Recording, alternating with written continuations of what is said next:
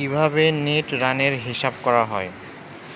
বাংলাদেশ কি আফগানিস্তানকে হারিয়ে সুপার ফোরে উঠতে পারবে? নেট রান রেটের হিসাব কিভাবে হয় সেটা হয়তো আফগানিস্তানের থেকে আর কেউ কিছু ভালো বলতে পারবে না। কারণ 2023 এশিয়া কাপের প্রথম পর্বে আফগানিস্তান এই নেট রান রেটের কারণেই হেরে গিয়েছিল এবং তারা সেমিফাইনালে উঠতে পারেনি। আফগানিস্তানের সামনে লক্ষ্য ছিল যে নির্ধারিত সময়ের মধ্যে তাদের 292 রান করতে হবে। সেই হিসাবটা ছিল 37.1 ওভারে এই রান করতে হবে। এখন আফগানিস্তান 37.1 ওভারের যখন হয়েছিল তখন মুজিবুর রহমান আউট হয়ে গেলে অপর প্রান্তে থাকা রশিদ খান হতাশায় বসে পড়েছিল। তিনি মনে করেছিল যে আর সেমিফাইনালে যেহেতু উঠতেই পারবে না, আর কী অবস্থা, আফগানিস্তান কেমনে হবে।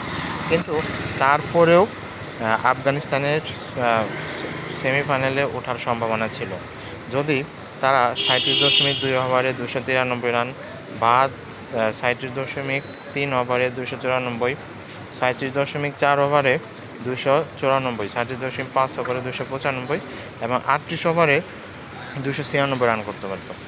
আর 38.1 ওভারে যদি 297 রান করতে পারত তাহলেও আফগানিস্তানের সামনে সেমিফাইনালে ওঠার সম্ভাবনা ছিল, কিন্তু তারা সেটা জানতো না বলেও তারা শেষ মধ্যে চাপে পড়ে 2 রানে মাত্র হেরে গিয়েছিল। এখন তারা যদি এরকম করে রান করতে পারতো তাহলে অবশ্যই হয়তো তারা সেমিফাইনাল খেলতে পারতো, কারণ রশিদ খান তখন একটু মেরে খেললে বা একটা 6 মারলেই হয়ে যেত। কিন্তু বিধিবাম হয় নাই কিছুই।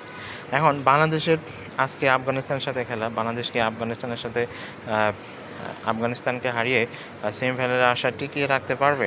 আপনাদের কি মনে হয়?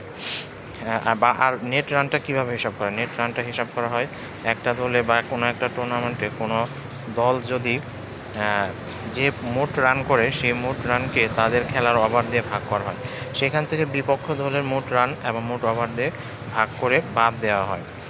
এই হিসাবে বাংলাদেশের যে এই এশিয়া কাপের যে প্রথম 2 ম্যাচ খেলে টোটাল রান করেছে, প্রথম ম্যাচে হংকংয়ের সাথে 144 করেছিল, দ্বিতীয় ম্যাচে শ্রীলঙ্কার সাথে 139 করেছিল, টোটাল 283 রান করেছিল।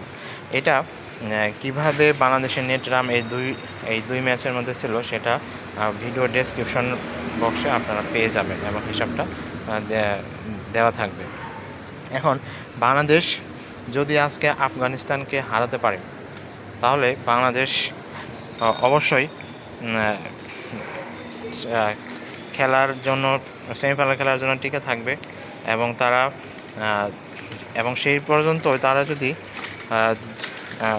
বৃহস্পতিবারের ম্যাচে আফগানিস্তান এবং শ্রীলঙ্কার সাথে যে খেলা হবে সেটার উপর তাকিয়ে থাকতে হবে। তারা যদি